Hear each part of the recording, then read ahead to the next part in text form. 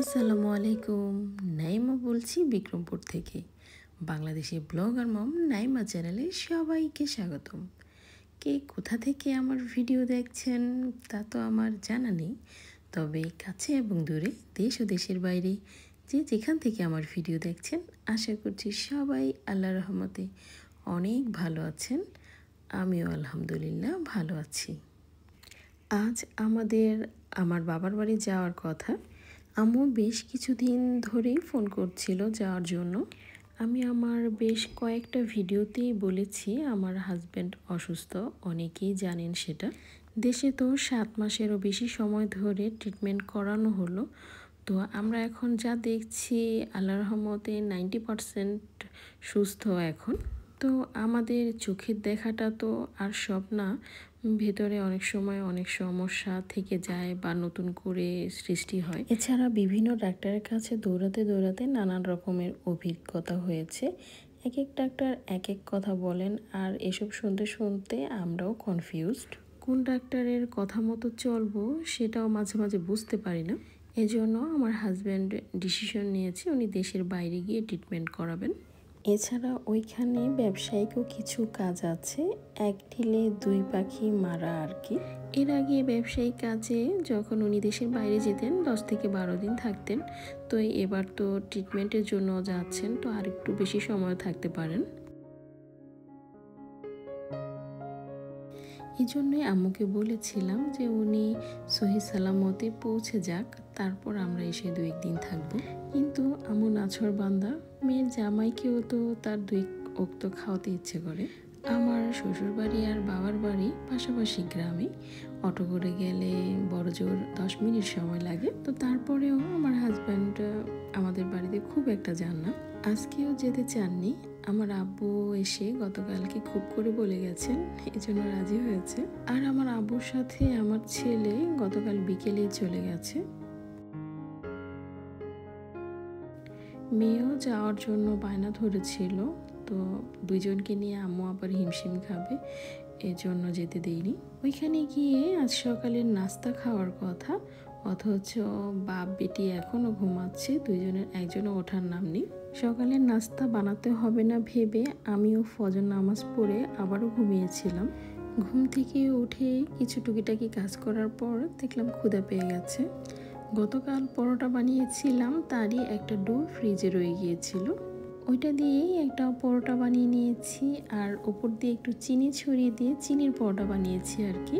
চিনির পরোটা তো এমনিতেই শুধুই খাওয়া যায়, তো আমি একটা ডিম পোস্ট করে নিয়েছিলাম আর সেটা দিয়ে সকালের নাস্তার কাজটা চালিয়ে দিলাম। এতক্ষণে আব্বু আবার চলে এসেছে তার নাতিনকে নেওয়ার জন্য, এসে নাতিনকে ডেকে টুকে তুলেছে, এখন আমি রেডি করিয়ে দিচ্ছি। সাজুকাজু বলতে মেকআপ আইটেম এখনও কিছুই বোঝে না। আমি ওর বয়সী বা ওর যে ছোটো অনেক বাচ্চা দেখেছি যে মেকআপ করার জন্য পাগল হয়ে যায়, তো আমার মেয়ে ওই দিকে এখনও যায়নি। ওর সাজুকাজু হচ্ছে সুন্দর একটা ড্রেস পরবে, হাতে চুড়ি বা ব্রেসলেট লাগাবে, মাথায় একটা ব্যান্ড লাগাবে আর লিপস্টিক দিবে।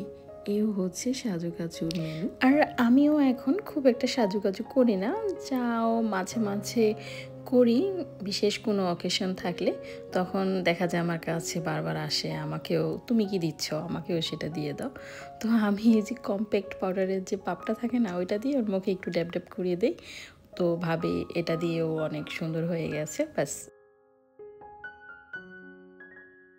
মেয়ে বেরিয়ে গেল নানার সাথে নানার বাড়ির উদ্দেশ্যে, আর আমার সাহেব উঠে ফ্রেশ হতে গেছে। আমি এদিকে বিছানাটা গুছিয়ে নিচ্ছি। আমার হাজব্যান্ড বাসায় থাকলে বিছানা কিন্তু একটা হয় না, দুইটা হয়। আমাদের খাটটা কিন্তু বেশ বড়সড়, 4 জন অনায়াসে এখানে ঘুমানো যায়। কিন্তু এই যে দেখেন বালিশের অবস্থা, একটা বিছানায় যদি এতগুলো বালিশই থাকে তাহলে মানুষ থাকবে কোথায়? বালিশের চাপে মানুষই এখন খাট থেকে বিতাড়িত, এরকম হয়ে গেছে ব্যাপারটা। তো যাই হোক, দুষ্টামি করলাম। আসলে বাচ্চাদের তো একটু জায়গা বেশি লাগে, ওরা একটু ছড়িয়ে ছিটিয়ে ঘুমাতে পছন্দ করে। আর এছাড়া বালিশ তো আছেই, প্রচুর বালিশ, সবারই কুলবালিশ লাগে, তো কুলবালিশে প্রচুর জায়গা দখল করে। এছাড়া আমার হাজব্যান্ডের একটা বাজে অভ্যাসই বলতে পারেন আছে, ওনার গায়ে টাচ লাগলে উনি ঘুমাতে পারেন না। তো আমার মেয়ের জন্মের পর থেকে উনি এখন মানে ফ্লোরে ঘুমান। এমনি তো বাসায় খুব একটা থাকেন না, সপ্তাহে 1 দিন 2 দিন। তো যেই 1-2 দিন থাকেন উনি ফ্লোরে একটা তোশক পেতে ওখানে ঘুমান। অ্যাক্সিডেন্টের পর থেকে তো পায়ে অনেকটাই সমস্যা। তো এই কারণে একা ঘুমাতেই স্বাচ্ছন্দ্য বোধ করেন। আগে যেমন মাঝে মাঝে ছেলেকে নিয়ে ঘুমাতেন, কিন্তু এখন একেবারেই একা ঘুমান। কারণ পায়ে যেহেতু ব্যথা আছে, ছেলে যদি মানে ঘুমের বসে কি করে তো বোঝা যায় না, পায়ে লেগে যেতে পারে, এই কারণে একাই ঘুমান। আগে মাঝে মাঝে আবার আমাদের সাথে ঘুমাতে চাইতেন, বাচ্চাদের মাঝে এসে শুয়ে পড়তেন, বেশ কিছুক্ষণ শুয়েও থাকতেন। তারপর যখন দেখতেন বালিশের চাপে আর থাকতে পারছেন না, তারপর বিরক্ত হয়ে উঠে যেতেন আর বলতেন, মানুষের চেয়ে কুলবালিশের মূল্য বেশি, থাকো তোমরা কুলবালিশ নিয়েই থাকো। আর এখন আল্লাহর কি নীলা খালা দেখেন, ওনারও এখন 2টা কুলবালিশ লাগে। পায়ে জখম হওয়ার কারণে পায়ের নিচে বালিশ দিয়ে উঁচু করে তারপর ঘুমাতে হয়। যে জিনিসটা তার কাছে একসময় বিরক্তকর ছিল, অবাঞ্ছিত মনে হতো, সেটাই এখন তার প্রয়োজন হয়ে দাঁড়িয়েছে। মানুষের জীবন হয়তো এরকমই, অনেক অবাঞ্ছিত অপ্রয়োজনীয় জিনিসও একদম জীবনের অনেক গুরুত্বপূর্ণ বিষয়ে এসে দাঁড়ায়। আবার অনেক গুরুত্বপূর্ণ দামি আকর্ষণীয় জিনিসও সময়ের সাথে সাথে মূল্যহীন হয়ে যায়। তো যাই হোক, আজকের ভিডিওতে আমার হাজব্যান্ড সম্পর্কে অনেক কিছু বলে ফেললাম। সবাই আমার হাজব্যান্ডের জন্য দোয়া করবেন, আমার হাজব্যান্ড যেন অতি দ্রুতই সম্পূর্ণভাবে সুস্থ হয়ে যান। আর এদিকে বাবার বাড়িতে যাব কি, নিজের সংসারের কাজ করেই কুল পাচ্ছি না। ওইদিকে আমার আম্মু আমার 2 ছেলে মেয়ে নিয়ে কী করছেন কে জানে। বলেছিল গিয়ে সকালে নাস্তা খেতে, এখন যে অবস্থা দুপুরের খাবারও যে টাইমলি খেতে পারবো না মনে হচ্ছে।